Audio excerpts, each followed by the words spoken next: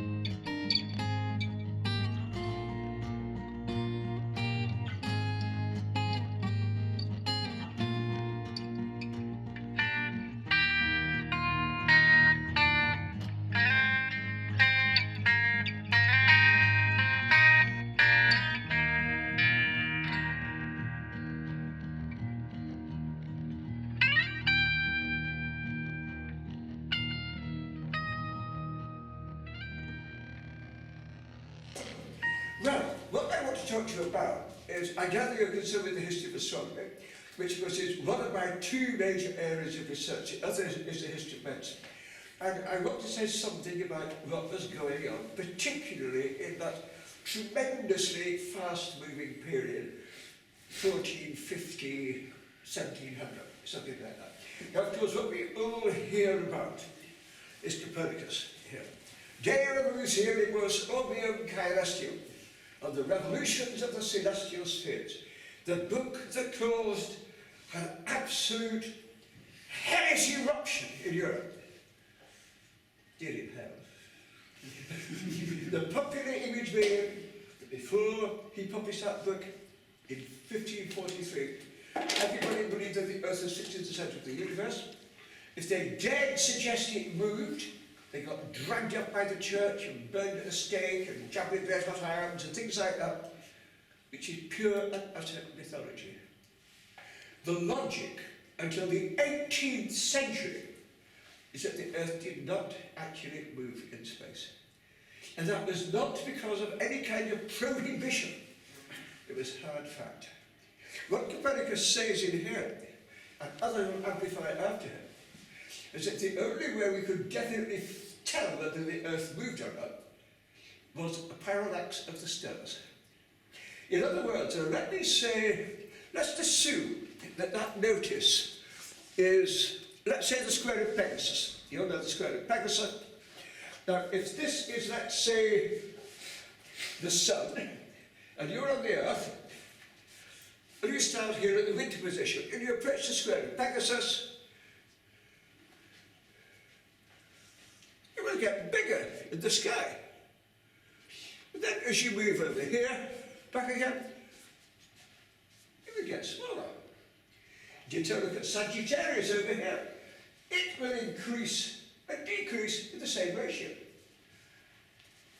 Copernicus knew that. Not the parallax we know today, that was a different one that was discovered in the 19th century. But the realization that if the stars were fastened on the inside of a sphere, and we were in the middle of that sphere, they all stayed the same size. If the sun was in the middle of that sphere and we were moving about, it would slowly change shape. And how did you measure the size change? Angles. This is my own reconstructed small hand quadrant. Candidates with Copernicus would be intimate familiar and are represented in many of these books. In other words, measure an angle there. And I'll give you a perfectly good example here. Let's say here is June.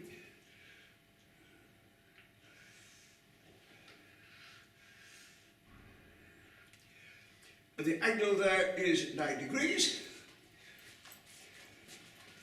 Go to December.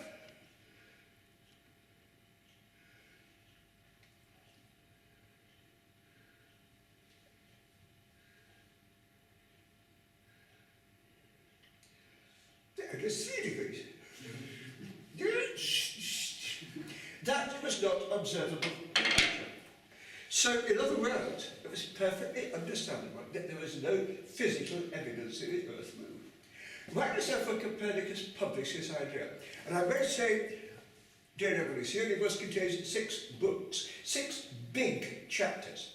The moving Earth is only postulated in the first chapter. The rest of it is a treatise on complex planetary motion, which would be perfectly drawn from the Greeks. The reason why he suggested Earth may move is primarily it simplifies calculation. And of course, yes, did he believe the Earth moved? Did he not believe it moved? It's a bit of a toss-up one way or the other. But nonetheless, the idea is he puts his concept forward. Copernicus comes with that idea in Poland in about 1510. It's hard to say what. And the first treatise we have, which actually builds on this, is his Commentariones, his commentary on Ptolemy, said to be the greatest and the most priceless treasure of the University of Krakow in Poland to this day. Kind of thin little thing, but it's a basic outline of his theory. Why did he not publish the Commentariones? Well, he didn't publish it, but he certainly let people read it. And in the age before the photocopier, let people get scribes and copy it. About the time that Copernicus got into publishing this book in 1543, it was well known around Europe. Copernicus' idea of the moving of the Earth. And you know, if you look at the beginnings of this, there's a letter sent to him by Cardinal von Schönberg, Cardinal of Capua in Rome, German cardinal holding a territorial see in Italy. What does he say? My dear Copernicus, we hear about your work. We've been talking about your work. We'd love to know more about it. Could we actually send a scribe to take down your ideas? Copernicus is so proud of this, he publishes that letter in the preface of his book, 1536. That doesn't sound like persecution to me. It was a fascinating idea, because the papacy used to have what we would call seminars, where they would sit around and discuss classical theories, mathematics, beauty, art, theology. How did he come up with those discussions? So therefore, why doesn't Copernicus publish? Very good, simple reason, as I've just demonstrated. He could find no solid proof whatsoever. And Copernicus had a major international reputation already by the time he was 40 odd. What was that for? 2 things.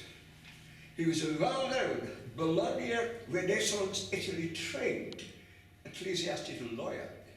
So in other words, he was a high-powered church lawyer. And secondly, he'd taken a medical degree. He was a well-known physician and used to take diagnoses by post, as it were, across Europe. And in fact, there's a famous one, I think it was Albert, Prince Albert in Prussia, not of course the famous Prince Albert of Queen Victoria, but an Albert who was ill and wrote to him from Prussia about his illness. He got better. Yeah, Copernicus was a seriously considered doctor.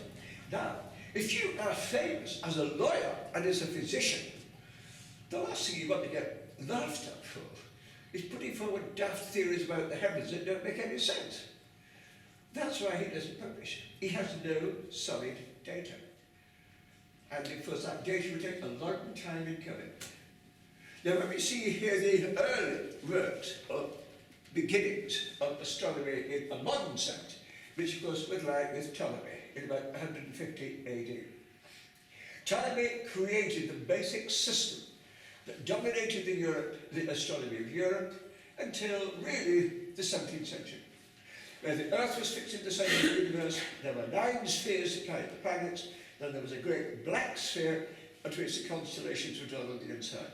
They all rotated at different speeds. The sun, of course, the stars what today, the Sun 365 days, Mercury 88, Venus 246, Saturn 29.5 years.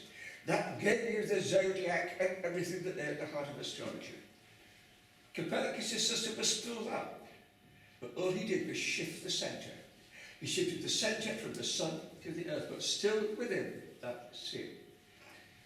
Now, what is so important with this is it really starts to ask, why are people getting interested in astronomy, especially in a big way at this time?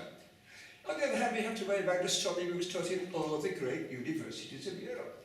Paris, Bologna, Oxford, Montpellier, Salamanca, Krakow, you name it, Prague. Astronomy was on the curriculum.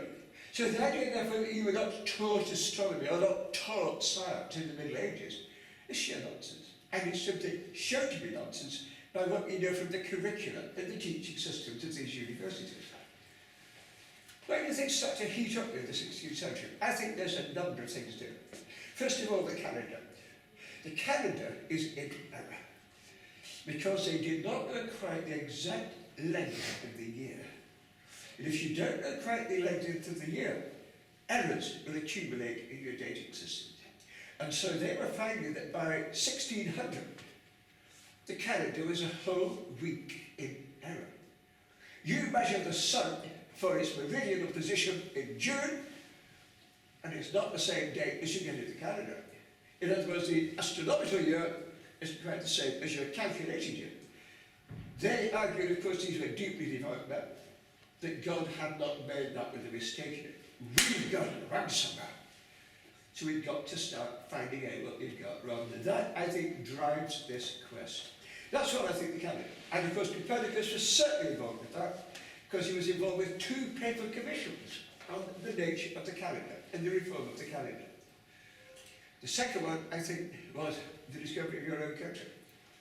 The discovery of America, and not really America, but sea routes to India, China, and so on, which created the necessity of long haul voyages.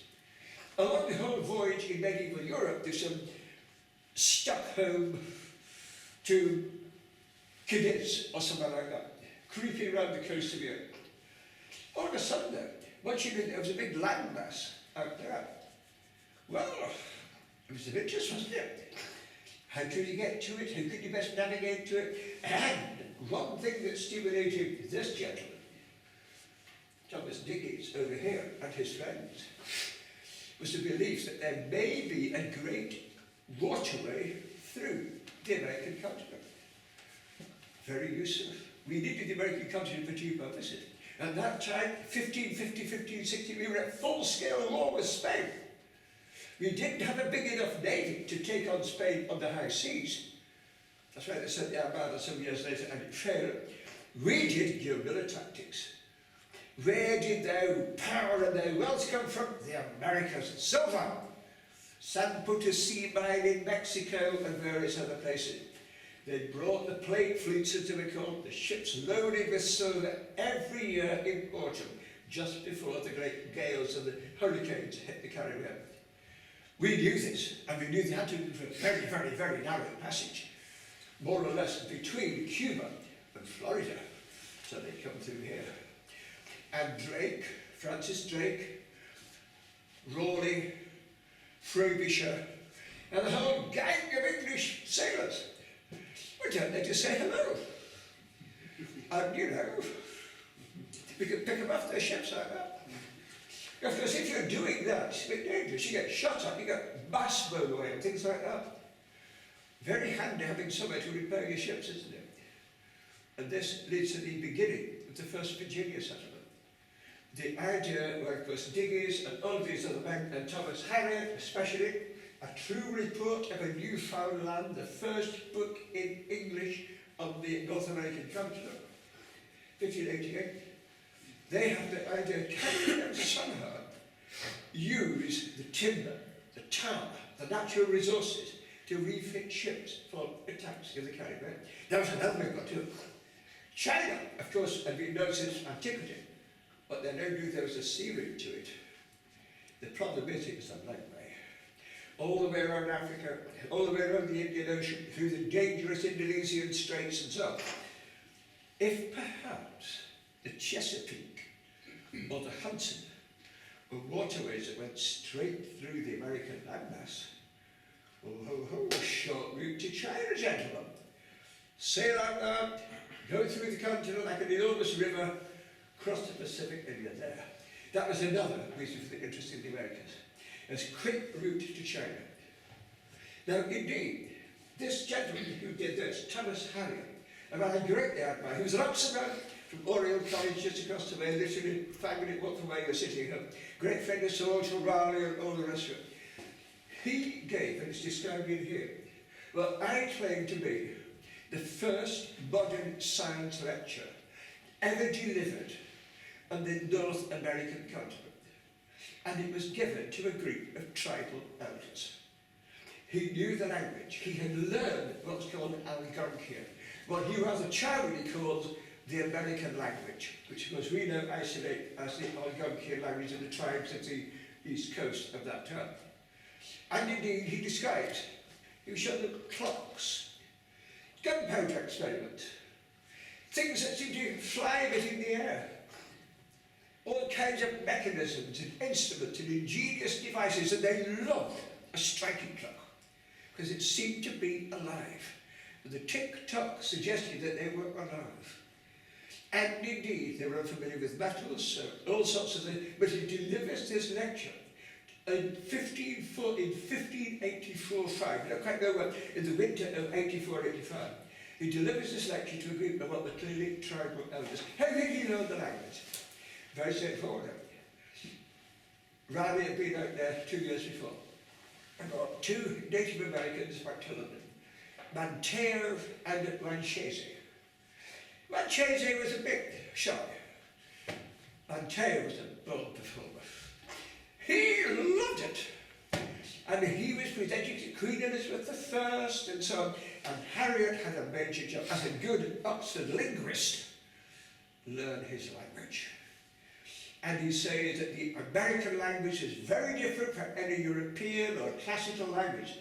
The sound seemed baffling to the unknown ear. And he mastered all the techniques of that language, so that when he went over there with the next expedition, you could speak to the Native American population. Now, that also is an Oxford-based innovation, but Harriet, too, was a great divine, a great admirer of Copernicus. He was an early English Copernican. And indeed, he knew Leonard Digges, who produced this book over here on early surveying. And again, Digges was a University College Oxford. I'm sorry to sound very, very incestuous with Oxford, but this is simply what happened, plain and simple. But what drove these men was a fascination with the heavens. Either cosmologically, how do the heavens behave? What is their structure? How do they work? On the more abstract level, the other one, how can we use the heavens for navigation, cartography, angle measuring, useful things? The two going together, the useful and the theoretical. Now also another instrument I brought along to show, which I read some years ago, is this little device. All of these men would be familiar with this. It's called a nocturnal. In the days before watches and clocks, or nowadays mobile phones, how did you know what time it was in the night? Especially if you're on a ship in tossed and pitched about in the Atlantic. This device can tell you it's a nocturnal. What it consists of is this. It has a date, a scale of months around here, with March the 5th directly at the top, because that fits the particular star cycle known as the precession of the equinoxes for circa 1500. Then inside it, you have rotating a dog-tooth wheel. This is an hour scale. The black top is always midnight. And you go from 8 AM to 4 PM, the maximum hours of winter darkness. There is a hollow hole in the middle, a hollow rim. So this is how you tell the time. You take the date, which is on May 20th. Turn the black tongue to May 20th. If you were at sea, let's say, perhaps stick a bit of leather under it so it wouldn't move or something like that. Go out at night. What time is it? There's a pole star. A pole star and the Great Bear, what you call the Dipper, same constellation, the two stars that point to the pole star. Look at the pole star. Moving away So you can now see the bear on the dipper. Turn that handle until the dipper's pointers go straight to the pole star. And that will give you the time. At the present moment, well, let me tell you where it went. If it went dark this minute and it wasn't cloudy, I'll tell you where the dipper would be. It's now, what, 3:30 something in the afternoon.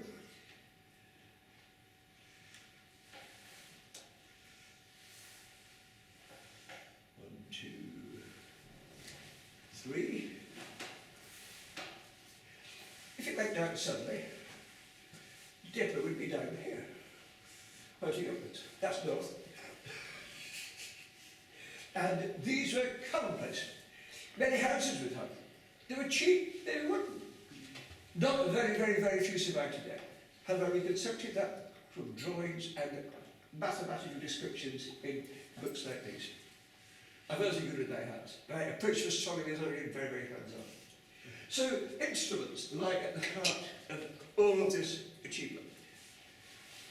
Then, of course, what we have here are some superb books. Wadham, of course, many of the other colleges are richly endowed with books, accumulating over many centuries. We have, of course, here, like I said, Copernicus and early Greek Ptolemy.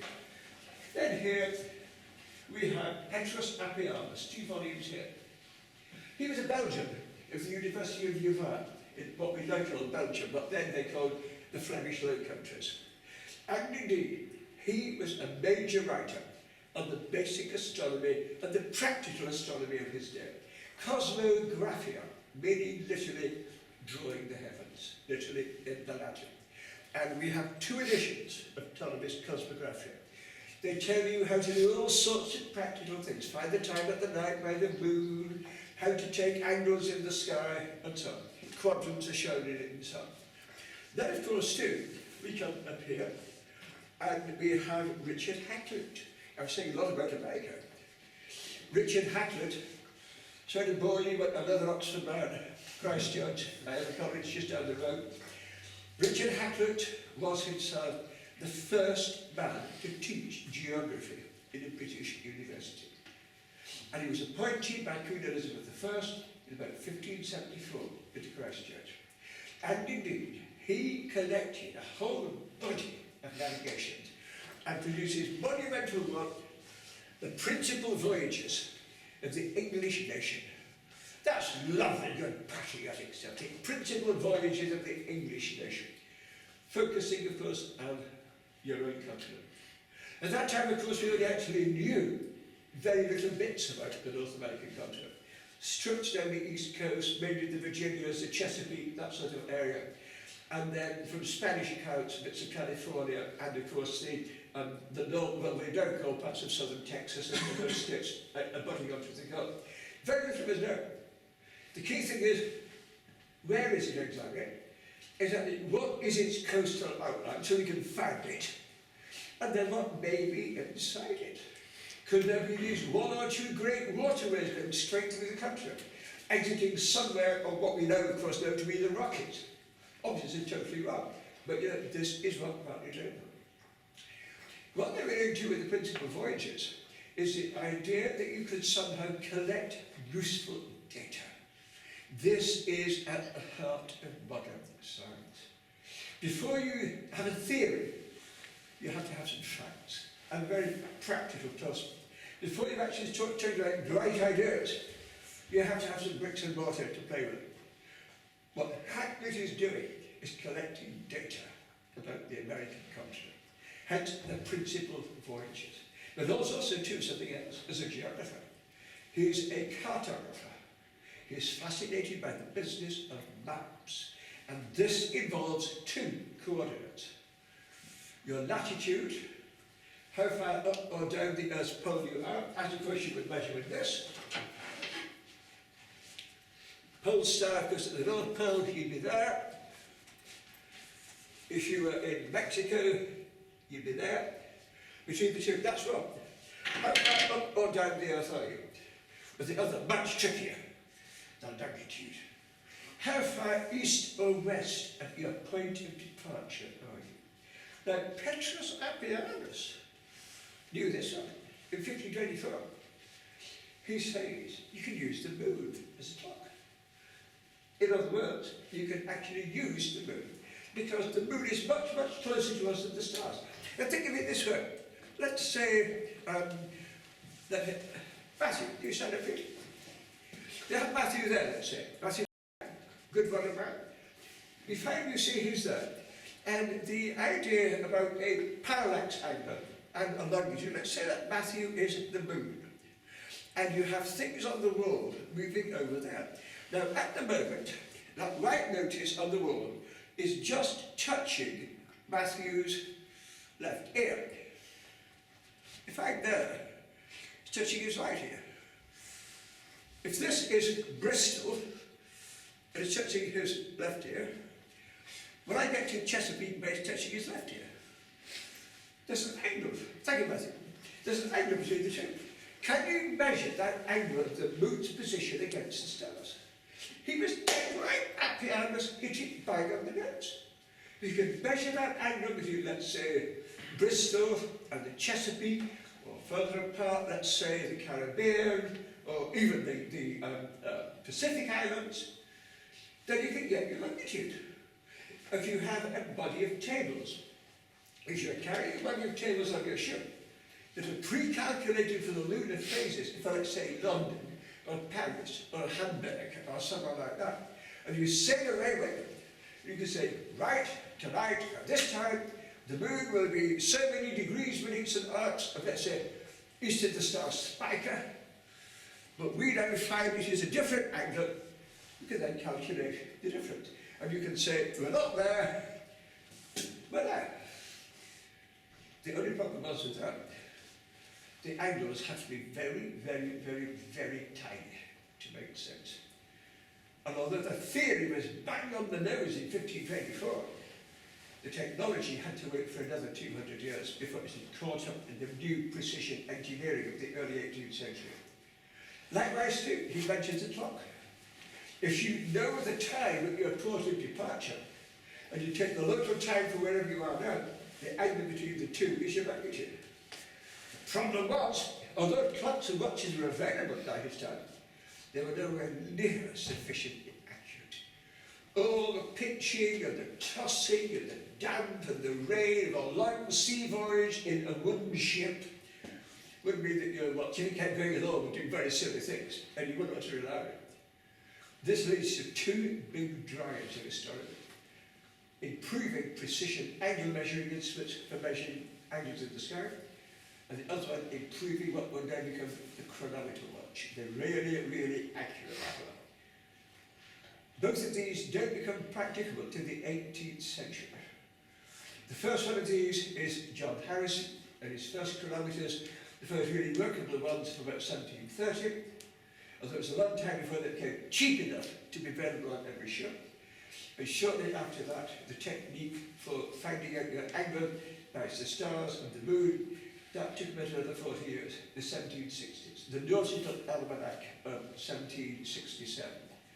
But this is what drove astronomy, practicality and theory.